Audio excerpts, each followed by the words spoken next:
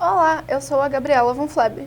E eu sou o Anderson Cardoso, e está começando mais um Central News. O corte orçamentário agrava problemas estruturais do Instituto Federal e prejudica o funcionamento das atividades de ensino, pesquisa e extensão. O camelódromo enfrenta dificuldades para manter seu funcionamento devido à baixa de movimento e período de recessão econômica.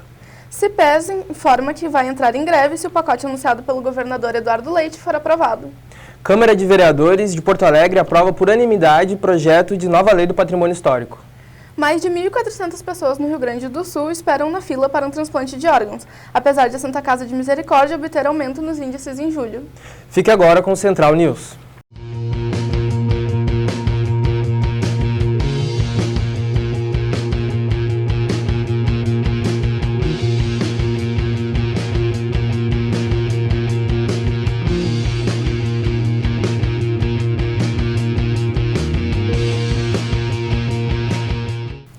O período de recessão que o país tem enfrentado afeta diariamente as vendas no Pop Center, o camelódromo da capital. Com a baixa no movimento, os lojistas enfrentam dificuldades para manterem as portas abertas. Depois de uma década da inauguração do Pop Center, o camelódromo de Porto Alegre, as promessas de um espaço que facilitaria a comercialização dos produtos dos novos lojistas enfrentam dificuldades.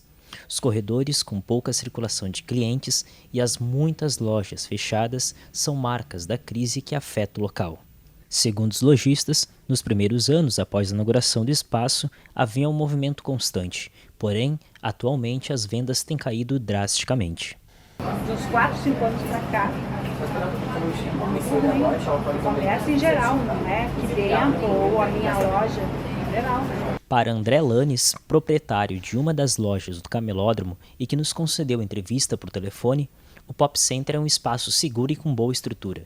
Porém, a pouca saída de produtos dificulta a permanência no local. Com a queda nas vendas, se torna difícil até pagar as despesas da loja. O movimento camelódromo caiu mais ou menos uns 70% a 80%, posso dizer, de cadeira, que caiu sempre, porque eu estou há 10 anos aqui dentro do camelódromo, entendeu?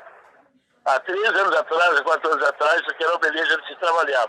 Muitas pessoas formaram seus filhos trabalhando dentro do camelódromo, e hoje a dificuldade está grande. Está muito ruim.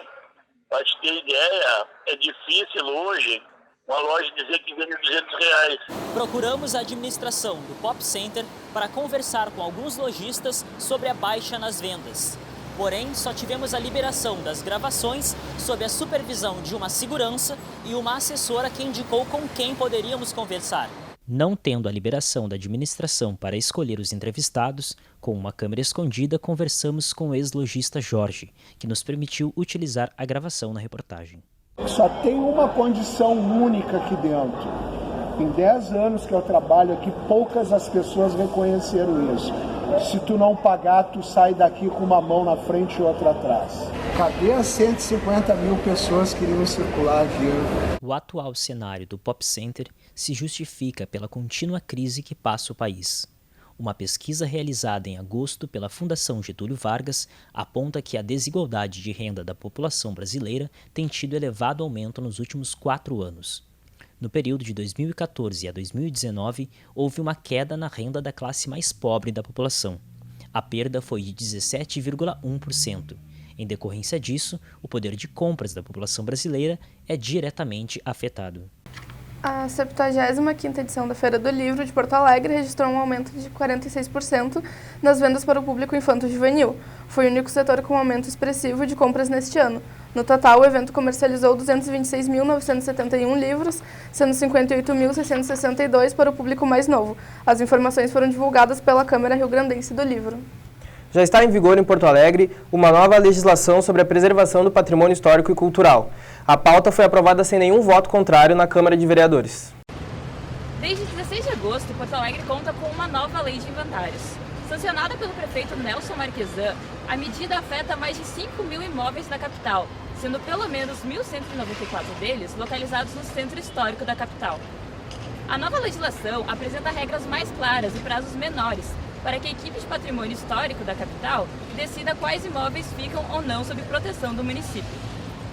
O que nós vemos hoje é uma lei que, de certa maneira, tem até a capacidade de consolidar o patrimônio cultural,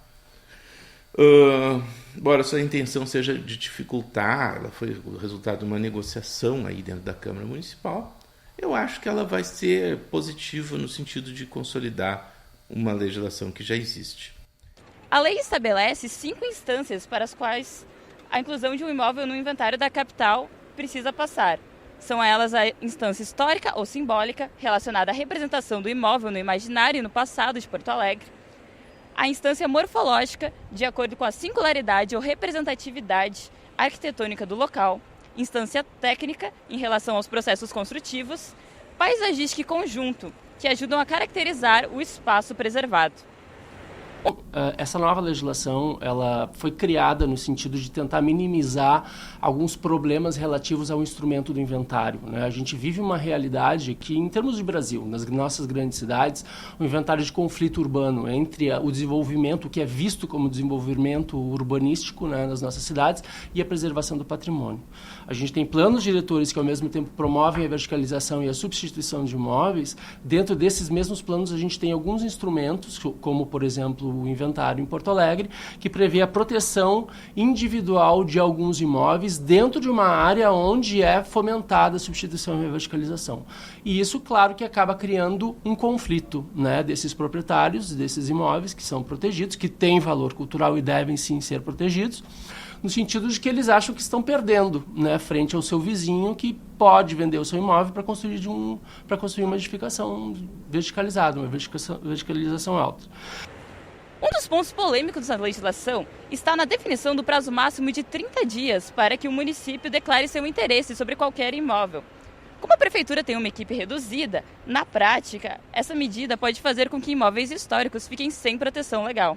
Há alguns itens dessa legislação que possibilitam que os proprietários façam um questionamento sobre o valor cultural, um novo questionamento sobre o valor cultural do seu imóvel que já é inventariado para a equipe do patrimônio do município.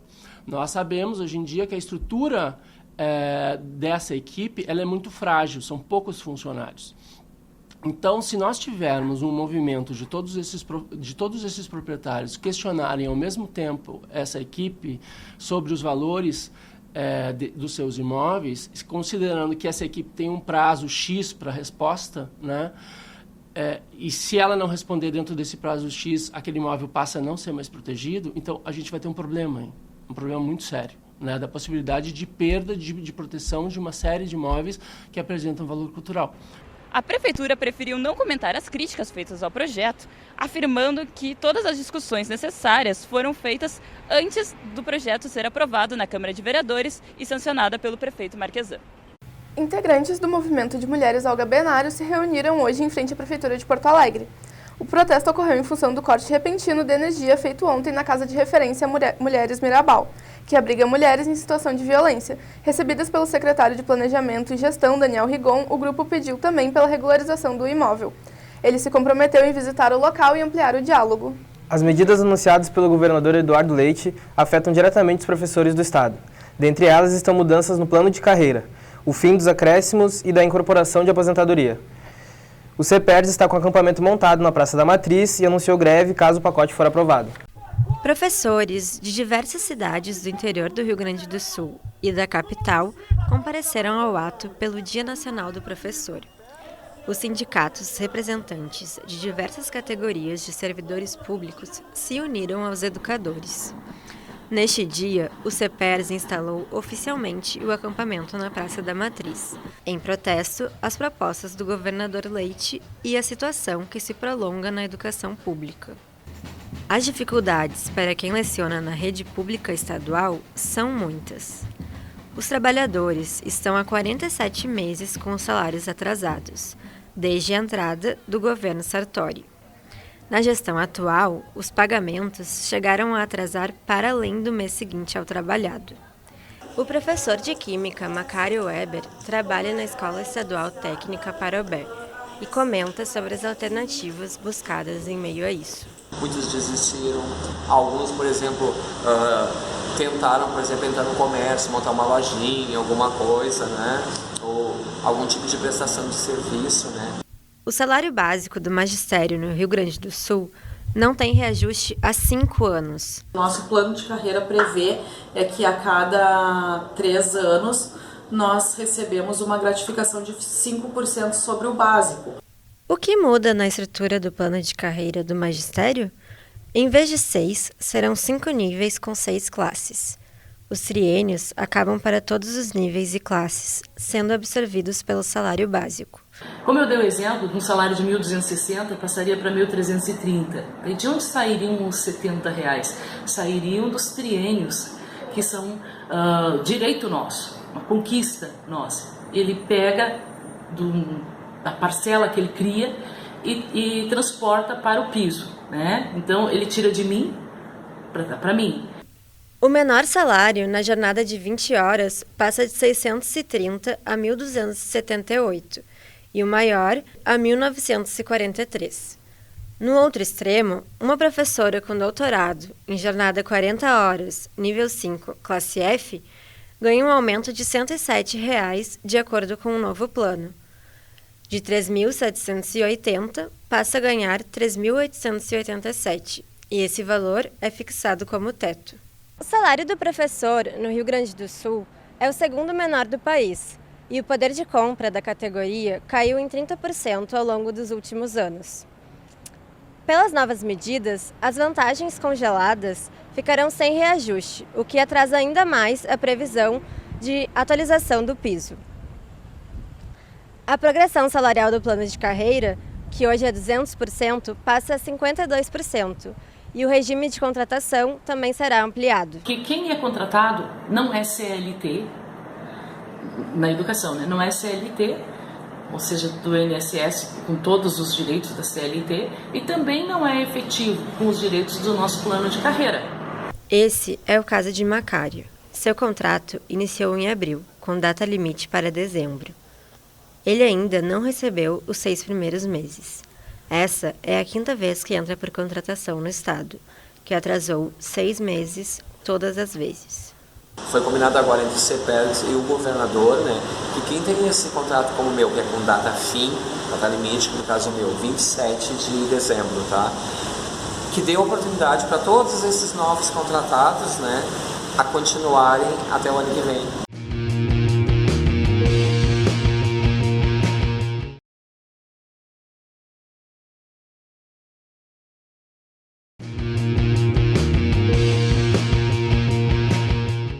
O aeromóvel da Orla do Gasômetro, no centro de Porto Alegre, foi removido após quase 40 anos. O veículo de alumínio, há muito obsoleto, foi alvo de vandalismo ao longo dos anos. Com capacidade de comportar 300 pessoas, ele já não possui mais condições de operação. A empresa Brasil Aeromóvel busca reativar a linha, porém esbarra em burocracias do município. Nesta segunda, a Prefeitura de Porto Alegre assinou o contrato de início das obras de revitalização do trecho 3 da Orla do Guaíba, com prazo de serem concluídas em 12 meses. O local contará com quadras esportivas, vagas de estacionamento e uma pista de skate. A mobilidade urbana de Porto Alegre luta contra o elevado número de veículos particulares em suas ruas. Os engarrafamentos têm aumentado e novas tendências mundiais, como as ciclovias, ainda não chegaram em todos os cantos da cidade. Priorizando o transporte coletivo, a Prefeitura Municipal tem lançado novas faixas exclusivas de ônibus, e uma delas tem dividido os transeuntes da região central. A faixa exclusiva ao longo das avenidas Independência e Mariante tem dividido os transeuntes da região central de Porto Alegre. Os motoristas alegam que os engarrafamentos aumentaram no horário de pico. Porém, os passageiros de ônibus têm chegado mais rápido aos seus destinos. As faixas farão parte de um amplo projeto de melhoria na mobilidade urbana de Porto Alegre. Na verdade, o estudo para a implantação dessa faixa ela não foi feito de forma isolada, foi feito um estudo para a cidade inteira, né, a cidade como um todo, dos locais que a gente entende como prioritários para acelerar o transporte coletivo e dar uma melhor qualidade para o ônibus dentro da cidade. Então, não foi feito de uma forma pontual, foi para realmente ligar regiões da cidade. Então, a Independência e Mostardeiro está dentro de um conjunto de 22 quilômetros que estão sendo planejados de faixas preferenciais para o transporte coletivo. A Empresa Pública de Transporte e Circulação, EPTC, espera que os coletivos economizem com a nova faixa 10 minutos, do trecho inicial da Independência, perto do Colégio Rosário, até a Florêncio e Guartua. A EPTC diz que 38 mil usuários de ônibus utilizam as 9 linhas que circulam pelas vias diariamente nos horários em que as faixas serão implementadas. Essa implantação das faixas faz parte de um conjunto de... é um pacote de novas benefícios que a gente está tentando trazer para o transporte público. Nós estamos com uma crise muito grande no transporte coletivo, isso não é só no Brasil, isso é até no mundo inteiro. O mundo está mudando e as pessoas continuam ainda precisando de transporte de massa. Porto Alegre não tem metrô, então a gente precisa incentivar o nosso único modelo, nosso único modo de transporte de massa, que é o ônibus. Para quem usa o transporte pelo aplicativo fica bem ruim, mas acredito também que eles fizeram para chamar o público de volta a usar as linhas de ônibus, que estão cada vez mais precárias e com valor cada vez mais alto. Os motoristas de táxi da capital têm utilizado a faixa em regime de teste. Esta era uma antiga demanda da categoria que foi em parte atendida. Ficou boa, né? Porque a prefeitura resolveu liberar para os táxis, ônibus e lotação dentro dessa faixa. Então, para nós não importa agora se está no pico ou não. Vamos entrar um natural na faixa. Melhorou bastante. Em outras cidades já existe isso, né? Como São Paulo, por exemplo. Lá em São Paulo, os táxis podem também utilizar a faixa preferencial dos ônibus. Existe um pedido já antigo da categoria de usar os corredores de ônibus e faixas, mas os corredores de ônibus lá, de forma alguma, pode entrar outro veículo sem ser o ônibus. Então existe uma particularidade, porque eles ficam no centro da via, então se um taxista precisasse sair, ficaria complicado. A velocidade é reduzida dentro do corredor, então seria muito perigoso colocar táxi dentro de corredor. Então lá não é permitido isso. Mas nas faixas exclusivas, os veículos podem transitar ali durante o dia, né? O que existe em determinados horários uma preferência do coletivo. A gente tem que pensar no coletivo, né? E compartilhar é a palavra da atualidade. Nós não podemos simplesmente construir uma cidade para o individual, a cidade é para o coletivo, e o ônibus é uma das prioridades do nosso trabalho, né? Após incêndio, o ginásio Tesourinha volta a servir refeições gratuitas nesta sexta-feira. O serviço foi interrompido durante uma semana após uma moradora de rua atear fogo num colchão e as chamas se espalharem para o ginásio. O lugar serve 280 refeições por dia e substitui o serviço dos restaurantes populares que foram fechados em maio. Em Porto Alegre, a tecnologia de cercamento eletrônico tem ajudado a aumentar os índices de recuperação de veículos furtados ou roubados. Desde o início de sua operação, em maio do ano passado, houve um aumento de 2,2% em indicadores e 656 veículos foram recuperados. Há algum tempo, as câmeras de vigilância passaram a fazer parte da realidade cotidiana das grandes cidades. O chamado cercamento eletrônico é um aliado importante das forças de segurança da Brigada Militar e da Polícia Civil. Desde maio de 2018, câmeras estão instaladas junto aos pardais e lombadas eletrônicas da capital, auxiliando na recuperação de carros roubados ou furtados. Esse sistema permite rastrear veículos e rotas de fuga, além de contribuir para o planejamento das ações policiais. Aí ajuda, porque se o cara rouba aqui e vai para Canoas, Leopoldo, ou para qualquer lugar, aí já ajuda bastante. Sendo ligeiro e dando a resposta ligeira, acho que grande parte consegue recuperar, sim. Segundo a Secretaria Municipal de Segurança, o Centro Integrado de Comando de Porto Alegre e o Departamento de Comando e Controle Integrado do Estado são os responsáveis por monitorar os alertas. Quando uma placa é identificada pelas câmeras de vigilância, é feita uma consulta automatizada ao banco de dados do Detran, que verifica se existe alguma irregularidade. Nessas câmeras nós acoplamos um software que a gente chama de software para reconhecimento de licença de placas, né, chamado de LPR, onde ele identifica a placa para verificar a situação daquele veículo, que pode estar desde uma irregularidade como licenciamento vencido, até numa condição de furto, roubo ou clonagem de veículo. Se confirmada a irregularidade, um agente público faz a verificação pessoalmente. Confirmada a ocorrência, ele alerta via rádio as patrulhas da Brigada Militar, Polícia Civil e Polícia Rodoviária Federal. No primeiro mês de operação do cercamento eletrônico na capital, em maio do ano passado, foram registrados 37 alertas confirmados de roubo ou furto, sendo que destes, 8 veículos foram recuperados.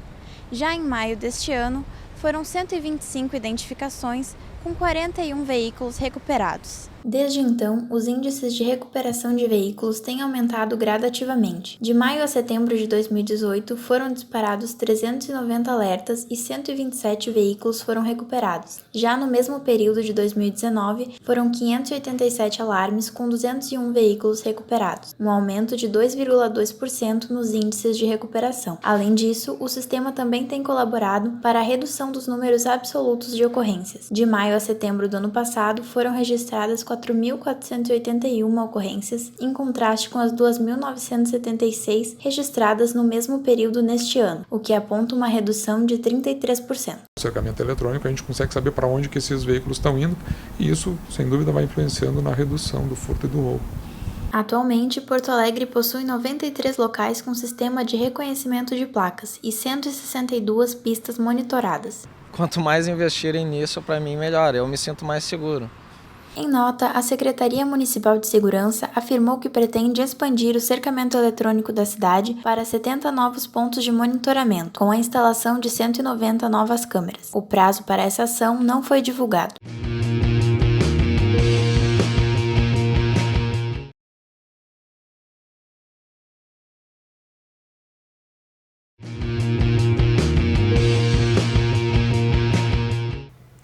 Uma das torres do campus Porto Alegre do Instituto Federal está desativada porque o projeto não foi aprovado no plano de prevenção contra incêndio e não há verba para prosseguir com as obras necessárias. Neste prédio aconteciam as atividades de ensino, pesquisa e extensão, áreas que também estão sendo impactadas com o corte de gastos públicos. Este bloqueio orçamentário de 30% acontece desde final de abril, por decisão do Ministério da Educação, e não há previsão para o repasse da verba.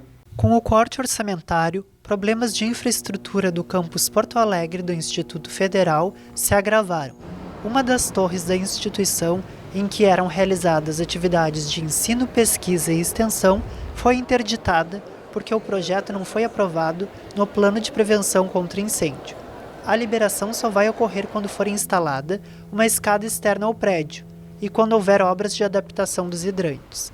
O recurso já foi solicitado ao MEC e até o momento não houve o repasse. Os bombeiros entenderam que naquelas condições o prédio não poderia ter pessoas, de certa forma, trabalhando naquele local e nem estudando. Então não poderia ter a movimentação de pessoas naquele local em virtude de não termos os recursos para isso, para executar aquelas obras de adequação. Além dos problemas estruturais, a instituição, desde 2016, reduziu 50% dos gastos em segurança, devido ao congelamento de 20% das verbas, previsto na PEC do teto dos gastos públicos. Com este novo corte orçamentário, a situação se agravou. Houve uma diminuição na contratação de pessoas responsáveis pela segurança e novas câmeras foram instaladas. Num prédio como esse dá para reduzir o número de pessoal e substituir por câmeras, mas e quando tem um campus mais aberto, né? Então a gente tem projetos prontos, mas veja como a questão da liberação de recursos é um problema. A pesquisa foi outra área afetada com o bloqueio orçamentário. Novos equipamentos não puderam ser adquiridos e os alunos tiveram que comprar materiais básicos para uso em laboratório, que antes eram fornecidos pelo Instituto. Apesar disso, a instituição optou por manter o maior número possível de bolsas de pesquisa. Foi uma decisão da instituição, em segurar as bolsas mesmo com os cortes, os contingenciamentos, para dar condições de pelo menos o coordenador contar com a participação estudantil, evitar de fazer esse rompimento que seria bastante trágico na formação do estudante, que é participar de um projeto de pesquisa. A instituição também priorizou a manutenção das bolsas de ensino e extensão e o pagamento da assistência estudantil. Os alunos que recebiam o valor para a compra de materiais didáticos e passagem escolar continuam recebendo o auxílio, mas não de forma integral. Eu recebi um valor para pagar minha passagem e também o custeio do material, Eu recebi R$150, eu recebi 80. A tentativa era de comprar materiais usados. Agora é obrigatório se comprar materiais usados dos alunos dos semestres seguintes, então a gente está tentando correr atrás disso. O programa de fomento interno é o que garante o funcionamento da extensão. Ele determina que 1% do orçamento do Instituto seja aplicado nesta área. Até o momento, devido à redução orçamentária, o programa não foi cumprido. Esse recurso não foi fornecido aos extensionistas porque ele teve que ser utilizado para digamos assim, dar conta de pagar outras questões, né, para a manutenção do campus. Então isso abalou também, né, o funcionamento das atividades de extensão, elas não funcionaram em toda a sua plenitude, porque não tiveram recursos. O campus Porto Alegre é a unidade do Instituto Federal que realiza o maior número de ações de extensão. Ao todo, essa instituição já fez mais de 1.000 iniciativas nessa área.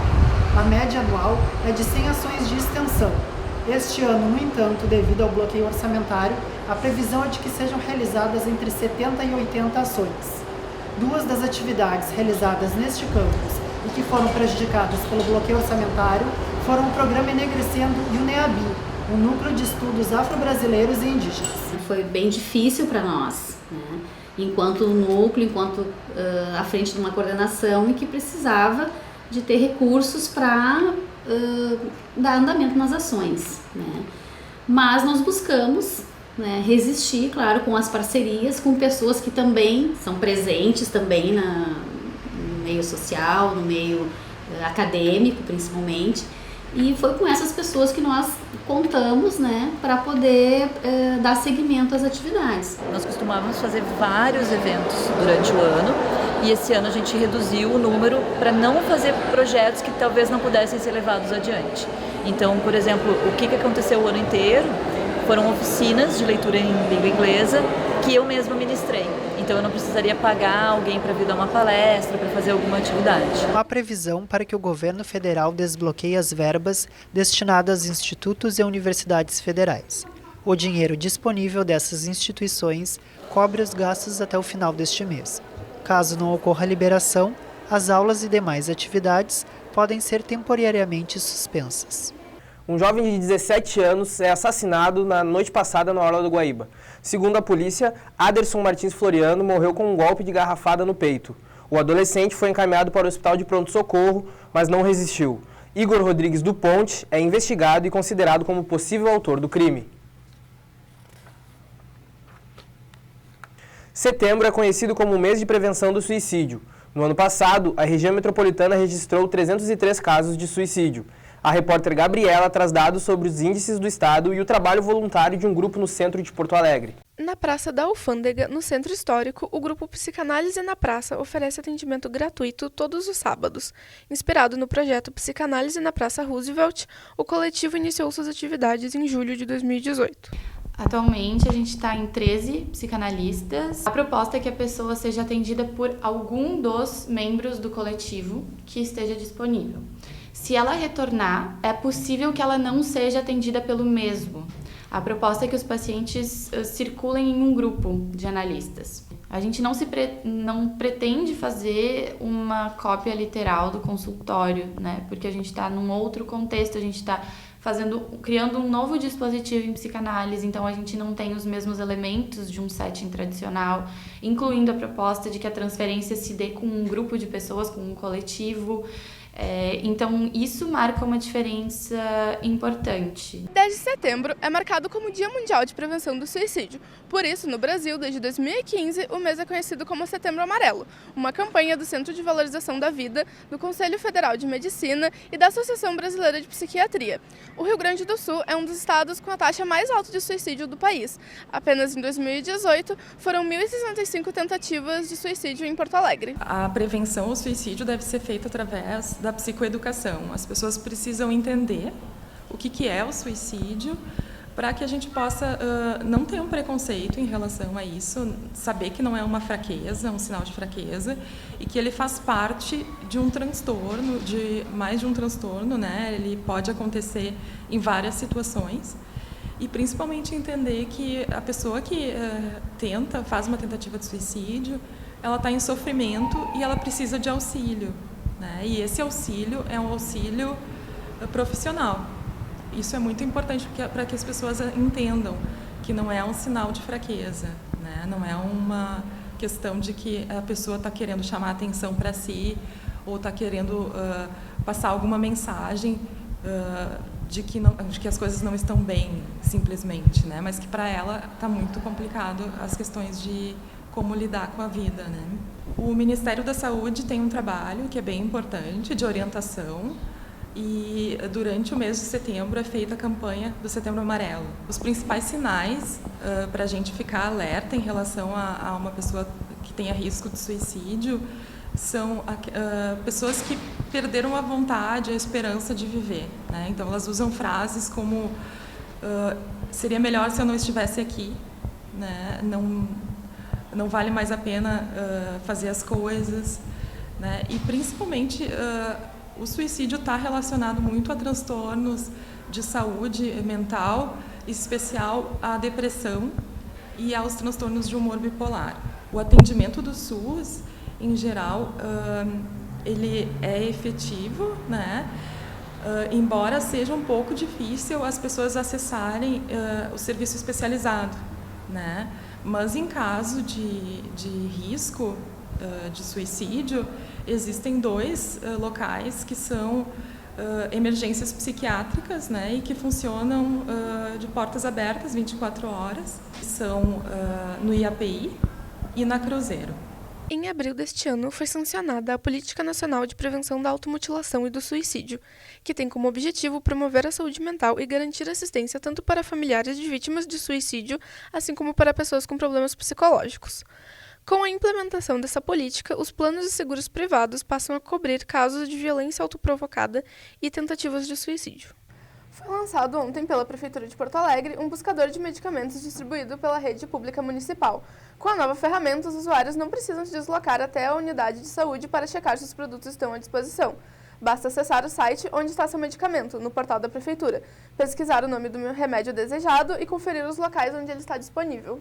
O Hospital Dom Vicente Scherer da Santa Casa de Misericórdia de Porto Alegre obteve em julho um aumento do número de transplantes realizados. Entretanto, no Rio Grande do Sul, mais de 1.400 pessoas ainda esperam por esta oportunidade. No Brasil, mais de 40% das famílias recusam a doação de órgãos. Muitos dos casos é pela má orientação, mau entendimento do diagnóstico de morte encefálica ou falta de informação. Por isso, o dia 27 de setembro é dedicado ao doador e traz a importância de falar sobre o assunto. Na Santa Casa, nós tivemos este ano um aumento de quase 40 transplantes comparado com o mesmo período do ano passado, o que é bastante bom considerando a escassez que nós temos de órgãos, né? Até julho deste ano, 72 pessoas receberam um transplante de órgão ou tecido em Porto Alegre pelo Hospital da Santa Casa de Misericórdia. Mesmo com a crescente nos números, 1.400 pessoas ainda esperam por essa oportunidade no estado do Rio Grande do Sul. No mês de setembro, que foi o mês do doador, nós tivemos um aumento muito grande de doadores na nossa região. Nós chegamos a ter 19 doadores de órgãos, sendo que a nossa média é de 8 doadores por mês. Então, com certeza, essas campanhas que mobilizam a sociedade fazem uma diferença, sim. Eu recebi a minha doação de órgãos depois de um ano na fila do transplante no Hospital de Clínicas e foi bem gratificante para mim, porque eu era praticamente assim, cega do olho direito. E depois que eu recebi a doação, minha vida mudou totalmente, meu ambiente de trabalho, meu ambiente de vida. Esse ano teve alguns meses que superaram o ano passado, né? Isso é bom, mas a gente ainda precisa evoluir mais, assim, porque a quantidade de transplante, ela não é o suficiente para a gente zerar a fila de espera. É importante que o pessoal saiba o quanto é difícil, né, receber essas doações, mas o quanto é importante para a gente que fica sofrendo esperando na fila. No Rio Grande do Sul, é possível realizar transplantes de doadores vivos e não vivos. Em vida, é possível doar um dos rins, parte do fígado, um lóbulo do pulmão e medula. E pacientes falecidos, diagnosticados com morte encefálica, podem doar todos os órgãos e tecidos. Para que a doação seja viável, é necessário que seja constatada a morte encefálica, que é a interrupção irreversível das atividades cerebrais. No Brasil, a única maneira de ser um doador é comunicando à família deste desejo prévio. E as campanhas do mês de setembro se concentram nessa conscientização. Este foi o Central News. Boa noite. Boa noite.